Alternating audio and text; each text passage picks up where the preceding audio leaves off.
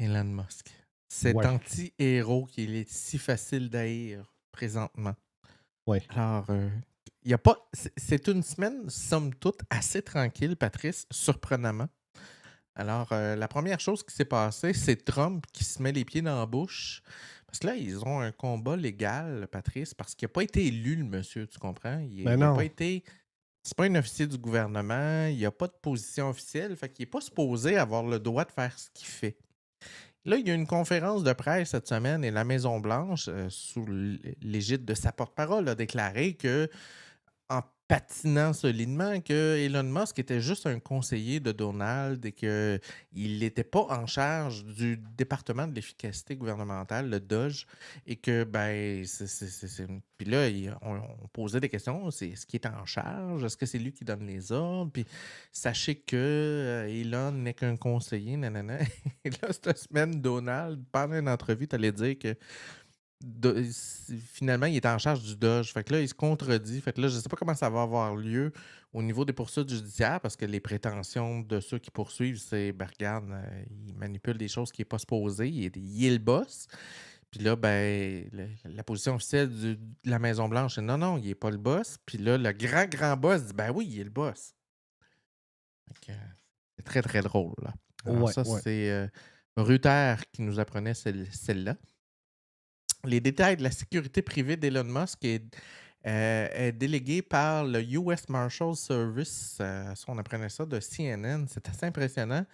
Le US Marshals Service a permis à la sécurité personnelle d'Elon Musk de recevoir les titres ou les capacités légales de vrais US Marshals, c'est-à-dire qu'ils ont le droit d'arrêter, de porter des armes en tout temps, Oh boy. d'agir à titre légal autour de Elon Musk. Donc, encore une fois, on franchit des sommets. Ouais. Donc là, on parle de simples kidam qui travaillent dans probablement une maison de sécurité renommée, là, parce qu'il y a moyen de payer, et qui se sont fait donner des autorisations assez impressionnantes pour des simples kidam. Donc, ça risque d'accrocher là, là aussi. Prochaine nouvelle, Patrice, je ne sais pas si tu as vu ça passer, la controverse sur l'astronaute. Ben oui, j'ai vu ça. Écoute. Il y a eu une prise de bec entre un astronaute, je ne me rappelle pas de son nom, là, mais si vous allez sur NBC News, on va vous le nommer. Elon Musk est allé dire plusieurs fois depuis quelques jours qu'il allait sauver les deux astronautes, Sunny et l'autre, pour les ramener sur Terre. L'histoire, c'est qu'ils ne sont pas pris là-bas. Alors, Donald et tout le monde racontent que ces deux astronautes-là sont pris puis que Biden les a abandonnés sur la station spatiale. Puis la réalité, c'est que, étant donné qu'ils ont eu des problèmes, on a fait une émission spéciale d'ailleurs là-dessus sur Ouais, Boeing. ouais.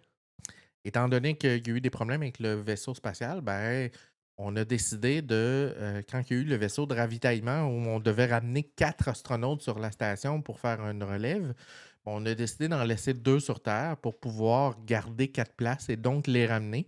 Puis on a décidé de modifier la mission suivante en disant, ben, Sunny et Monsieur Chose, que je ne me rappelle pas son nom, on va vous garder plus longtemps, puis vous allez participer à la prochaine mission qui se termine en septembre dans pas long. Et là, Elon Musk est allé dire, moi, j'aurais pu les sauver n'importe quand, je vais aller les chercher. Mais Biden a refusé que j'aille les chercher. Et là, l'astronaute est allé dire, c'est de la merde que tu dis là, c'est pas vrai. Et là, la prise de bec a eu lieu sur X. Ils se sont traités de tout et non. En tout cas, Ben oui. c'était très, très beau à voir. Alors, tapez Elon Musk astronaute dans X et vous allez trouver l'échange acrimonieux qui est très facile à trouver. J'essaie de retrouver sur quel Le nom des épisode. astronautes? Non, sur quel Non. Sur quel épisode. épisode? Ouais, ça serait bon. Laissez-moi juste voir, là. On avait parlé de. Non. Boeing astronaute? C'était-tu Boeing, le Ouais, je sujet? parlais beaucoup, beaucoup de Boeing, mais je ne suis pas sûr si c'était Boeing ou c'était le vaisseau Starliner. C'est le vaisseau de Ah oui, Boeing, oui, je pense. oui, oui, un peu.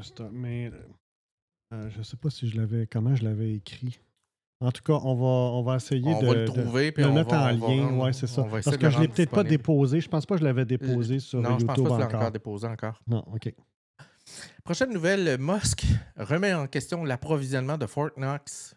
Forbes nous apprenait ça. Et là, il est parti en guerre contre Fort Knox en disant on va aller valider si l'or que le gouvernement américain a en sa possession est réellement dans la voûte de Fort Knox et on va aller visiter en personne Ce qu'il faut savoir, c'est que Fort Knox a été ouvert 3, 4, 5 fois depuis 1800, donc ça n'a pas été ouvert souvent. Ben ouais. Il y a eu 1922, mais 1933, je pense, puis après ça, 1977, 71. Puis ça a été rarement visité.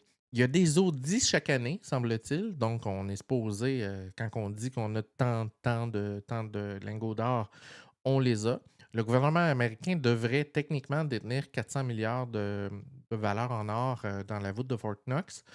Et là, ben, Donald et tout ça, on va, tu sais, comme s'ils s'en allaient à la guerre, on va prouver aux Américains qu'il y a eu de la triche. Mais Puis ils oui. vont se rendre là, puis ils vont être là d'une gang de caves. Mais bon, c'est ça, Patrice, l'univers de Musk. Alors, c'est tout pour cette semaine pour Monsieur Musk.